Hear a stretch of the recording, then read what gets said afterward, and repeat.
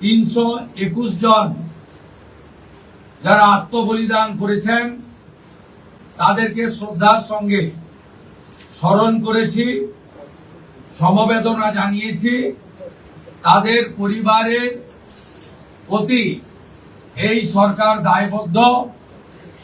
তারা যেমন হত্যার বিচারও আশা করেন তা আমরা দেব, সাথে সাথে এই পরিবারগুলি সামাজিক এবং অন্যান্য কল্যাণকর সমস্ত দায় দায়িত্ব আমরা এই সরকার কাঁধে তুলে নিলাম।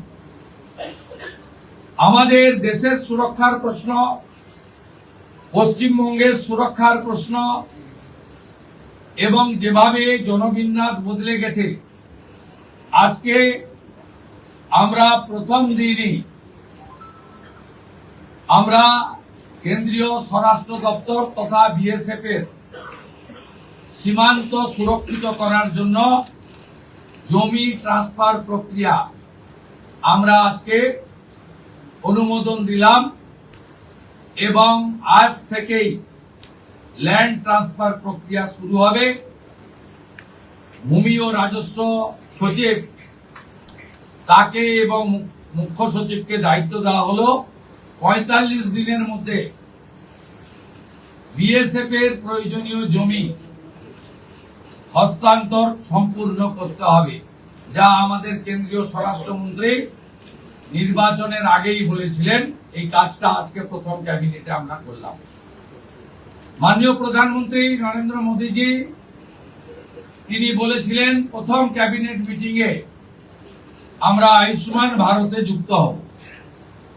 আমরা আয়ুষ্মান ভারতে যুক্ত হলাম এবং সংশ্লিষ্ট দপ্তর কেন্দ্রীয় স্বাস্থ্য দপ্তরের সঙ্গে প্রয়োজনীয় যে এগ্রিমেন্ট অন্যান্য যে বিষয়গুলি রয়েছে সেটা স্বাস্থ্য সচিব, মুখ্যমন্ত্রীর দপ্তরের উপদেষ্টা এবং মুখ্য সচিব মিলিতভাবে অতি দ্রুত সম্পন্ন করবেন।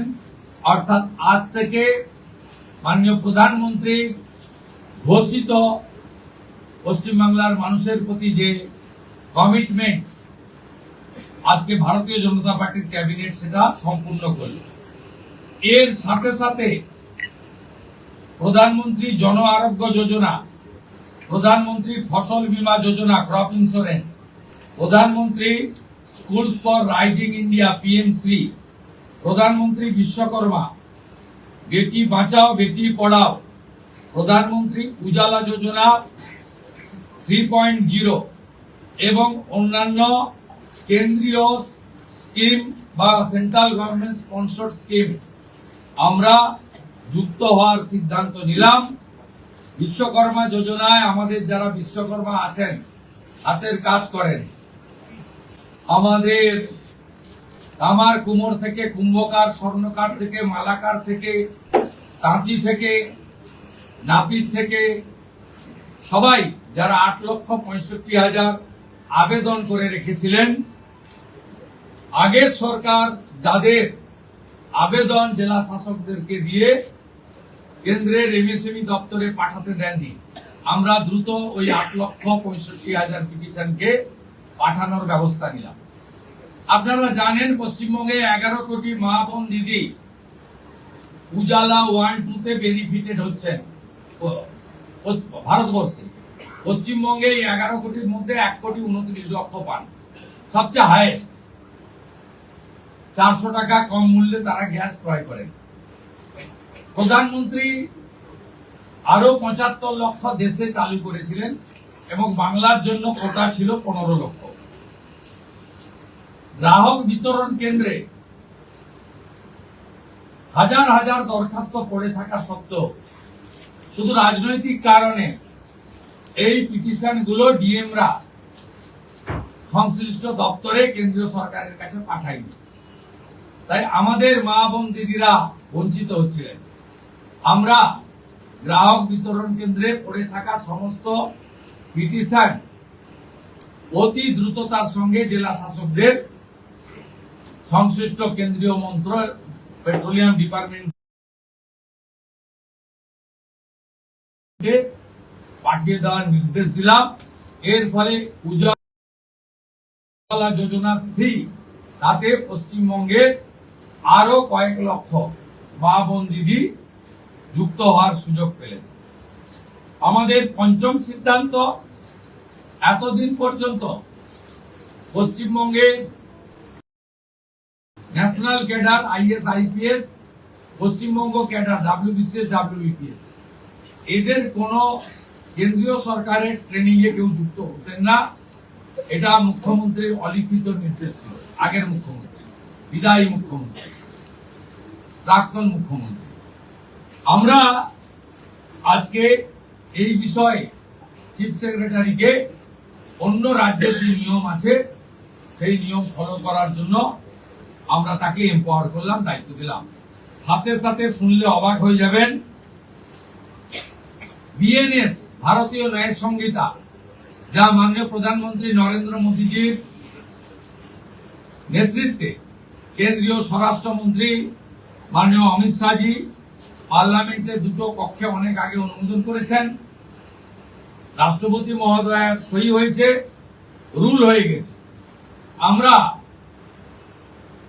আশ্চর্য হয়ে গেছি যে এখানে BNS কার্যকর করা হয়নি, অর্থাৎ অত্যন্ত অবৈধভাবে সংবিধানকে বৃদ্ধাঙ্গুষ্ঠ দেখিয়ে আগের CRPC IPC চলছিল। আজ থেকে BNS এ যুক্ত হলো পশ্চিমবঙ্গ সংবিধান মেনে। আগের CRPC IPC এই আইন আর থাকলো না। ভারতীয় ন্যায় সংহিতাতে আমাদের আজ থেকে কাজ শুরু হলো। এরও ছাড়পত্র ক্যাবিনেটের প্রথম দিলেন। ষষ্ঠ সিদ্ধান্ত, মাননীয় স্বরাষ্ট্র ও সমবায় মন্ত্রী অমিত শাহজি নির্বাচন প্রচারে রায়দিঘি থেকে বলেছিলেন যে 2015 সালের পরে পশ্চিমবঙ্গে কোনো রিক্রুটমেন্ট হয়নি, তাই প্রচুর শিক্ষিত যুবক যুবতীর বয়স চলে গেছে। 5 বছর এক্সটেনশন, মানে আবেদনের বয়সের ঊর্ধ্বসীমা ক্যাবিনেট মঞ্জুর করলো। এটাও আজকে আমরা করলাম। আজকে এই ক্যাবিনেট সিদ্ধান্তগুলো আমরা নিয়েছি। আমাদের আরো বেশ কিছু কমিটমেন্ট রয়েছে, যেগুলো ইতিমধ্যে আপনারা জানেন। আমরা পরবর্তী সোমবার আবার একটি ক্যাবিনেট মিটিং করব। সেক্ষেত্রে আমাদের আরো আমাদের আরজিকর সহ নারী নির্যাতনের বিষয়ে, প্রাতিষ্ঠানিক দুর্নীতির বিষয়ে, পে কমিশনের বিষয়ে, এরিয়া ডি এর বিষয়, এই যে বিষয়গুলি আছে আমরা পরবর্তী ক্যাবিনেটে সেগুলো করব। কারণ আমরা আমাদের যে অফিসিয়াল কাজকর্ম দেখে আমাদের খুব বেশি সময় আমরা পাইনি। আজকে প্রথম কাজের দিন সরকার গঠন হওয়ার পরে আপাতত যে কাগজগুলো রেডি ছিল তার উপরে ক্যাবিনেট আমরা এই সিদ্ধান্তগুলো নিয়েছি, কার্যকর হবে। আপনাদের মধ্যে বাংলার গণদেবতা জনতা জনার্দনকে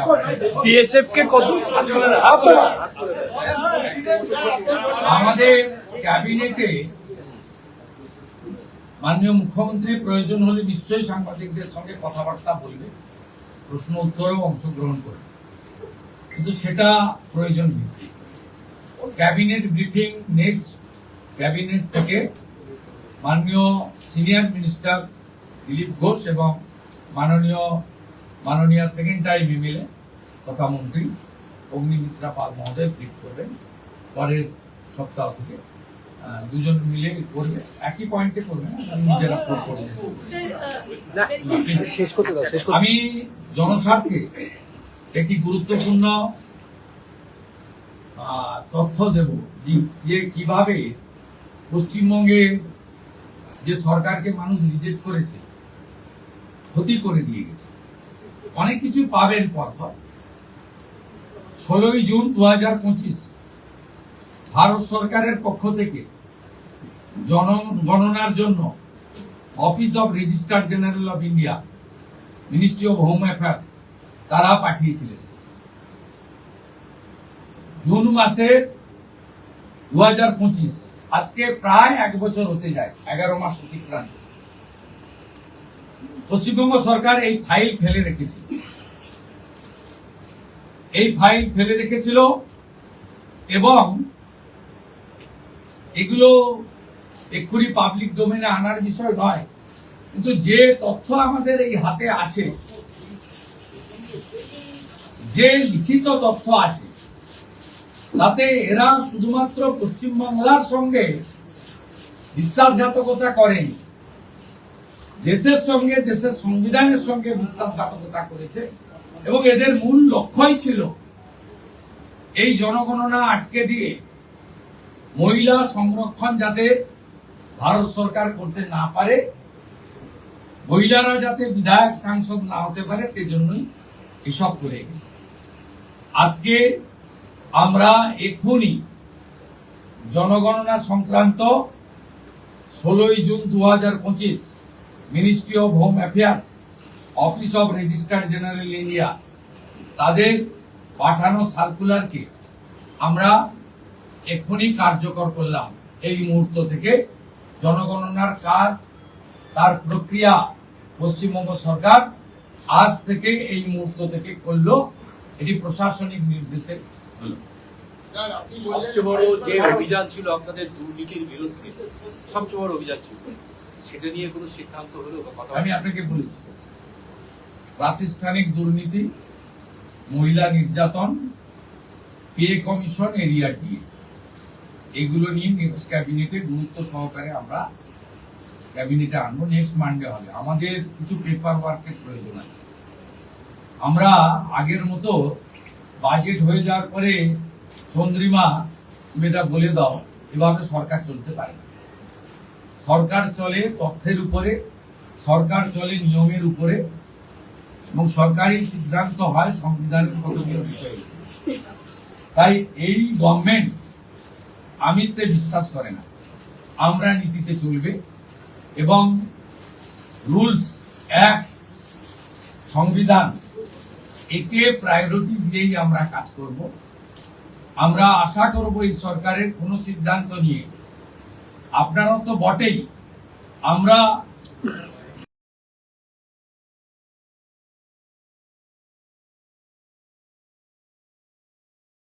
বেঁচে থাকা কিছু মানে 2-5% যারা সমালোচক, সেই সমালোচকরাও কোনো সমালোচনা করতে পারবেন না, এই রকম সুযোগ এই সরকার দেবেন।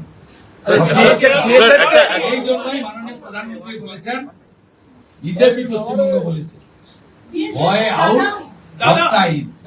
ভরসাটা আমাদের উপরে রাখুন, আমরা ঠিক পথে চলি। একটা কথা বিএসএফ কে কতটা জমি দিচ্ছে? বিএসএফ কে কতটা জমি দিচ্ছে? বিএসএফ কে বাংলা দেন, তারপরে দুটো হিন্দি দেন। আচ্ছা, বিএসএফ কে কতটা জমি? মাননীয় মুখ্যমন্ত্রী, আগের কিন্তু তো প্রশ্ন করতে হবে। অনারেবল সিএম, বিএসএফ কে কতটা জমি দিচ্ছে?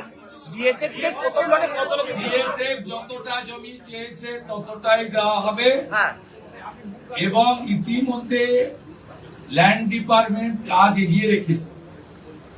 আগের সরকারের অনিচ্ছাতে, বিশেষ ভোটারদের বাঁচানোর জন্য,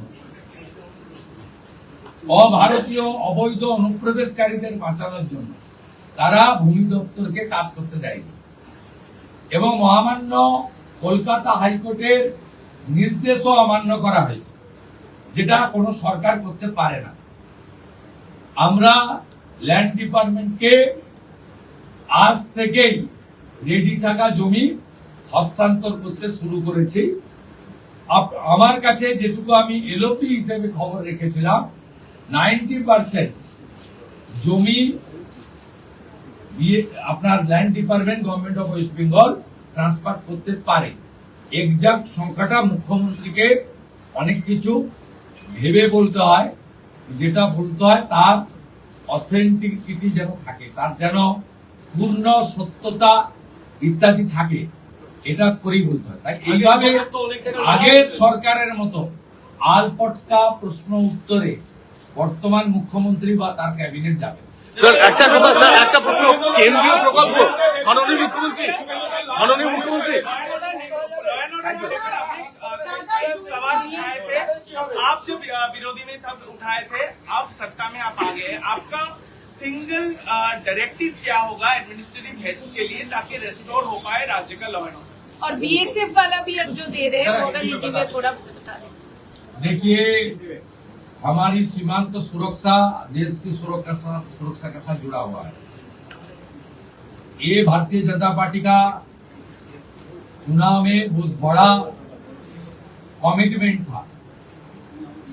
देश हित में बंगाल का हित, इसलिए आज पहले कैबिनेट में हम लोग बीएसएफ को लैंड ट्रांसफर करने का डिसीजन ले लिया है। लैंड डिपार्टमेंट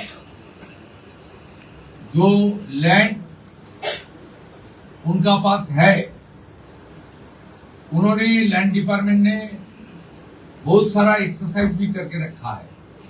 वो लैंड ट्रांसफर आज से शुरू होगा और पूरा के पूरा लैंड माननीय गृह मंत्री जी ने जिस तरीके से बताया था, ऑनरेबल प्राइम मिनिस्टर ने जिस तरीके से उनका गाइडेंस हम लोग को मिला, उनका इंस्ट्रक्शन मिला, पहले कैबिनेट ये आने वाला 45 डेज के अंदर पूरा के पूरा जमीन एमएचए को ट्रांसफर करेगा, बीएसएफ फेंसिंग पूरा कर देगा और इलीगल इन्फिल्ट्रेटर्स का जो हमारी प्रॉब्लम चल रहा है ये भी कुछ दिन के अंदर रिजॉल्व हो जाएगा। ये डिसीजन कैबिनेट ने लिया है।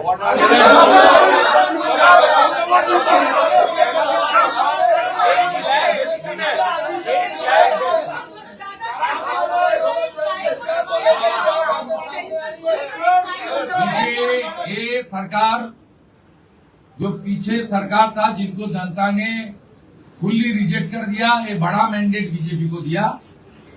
ये सरकार केवल तुष्टीकरण, परिवारवाद, इंस्टीट्यूशनल करप्शन, महिला के ऊपर अत्याचार, गवर्नेंस को खत्म नहीं किया, देश की कॉन्स्टिट्यूशन को भी चैलेंज कर दिया।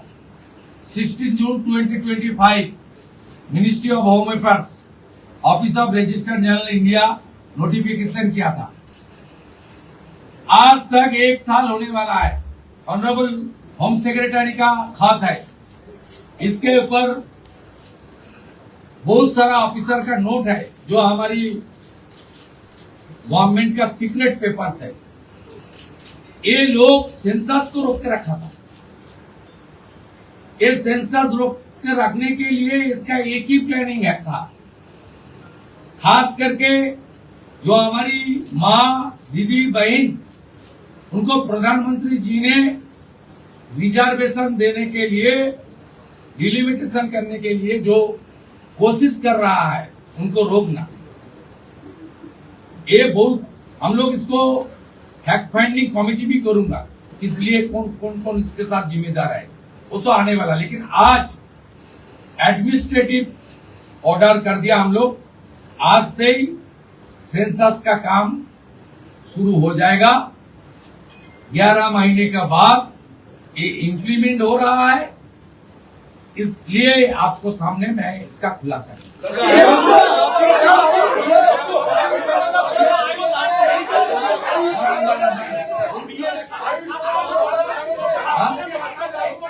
आयुष्मान भारत योजना के आज से लागू हो रहे हैं। ऑनरेबल प्राइम मिनिस्टर साहब का कमिटमेंट था, बीजेपी का मैनिफेस्टो में था। आयुष्मान भारत कैबिनेट ने मंजूरी दे दिया है। बाकी हेल्थ डिपार्टमेंट, सेंट्रल गवर्नमेंट का हेल्थ डिपार्टमेंट के साथ एग्रीमेंट और दूसरे की जो प्रक्रिया करना चाहिए वो प्रक्रिया आज से शुरू हो जाएगी।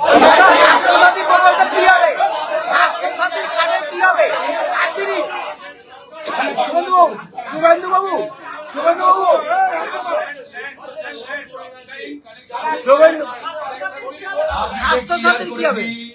কোনো চালু থাকা সামাজিক প্রকল্প বন্ধ হচ্ছে না। কোন সামাজিক চালু থাকা প্রকল্প, এটা আমরা আমাদের কর্মসূচি মানে প্রচারকালীনও বলেছি। কোন চালু থাকা সামাজিক প্রকল্প সে 30 বছর আগের হতে পারে, 10 বছর আগের হতে পারে, কোন সামাজিক প্রকল্প আমরা বন্ধ করছি না। আমরা পেপারলেস অফিসও করব, আমরা সমস্ত পোর্টালগুলোকে আপডেটও করব এবং সমস্ত বেনিফিশিয়ারি ডিবিটির মাধ্যমে, যেটা নরেন্দ্র মোদীজির নেতৃত্বে দেশের সরকার করেছে, ডাইরেক্ট বেনিফিট ট্রান্সফারের মাধ্যমে হবে এবং সবটাই স্বচ্ছতার সঙ্গে হবে। আপনার প্রশ্নের উত্তরে আমি পরিষ্কার বলে দিই, যে স্কিমটার কথা আপনি বলেছেন, আমি শুধু ওই স্কিমটা নয়, চালু থাকা কোনো সামাজিক কল্যাণকর কর্মসূচি বন্ধ এই সরকার করছে না, কিন্তু ট্রান্সপারেন্ট স্বচ্ছতার সঙ্গে সেগুলো হবে। কোন মৃত ব্যক্তি তিনি কোন সামাজিক প্রকল্পের সুযোগ পেতে পারেন না, আপনিও বলবেন না পাওয়া উচিত। কোন অভারতীয় তিনি ভারতের কোন প্রদেশ বা জাতীয় সরকারের কোন বেনিফিট তার পাওয়া উচিত নয়। তাতে আমার প্রশ্নে, আপনার প্রশ্নের মধ্যে আমার সব উত্তর আছে।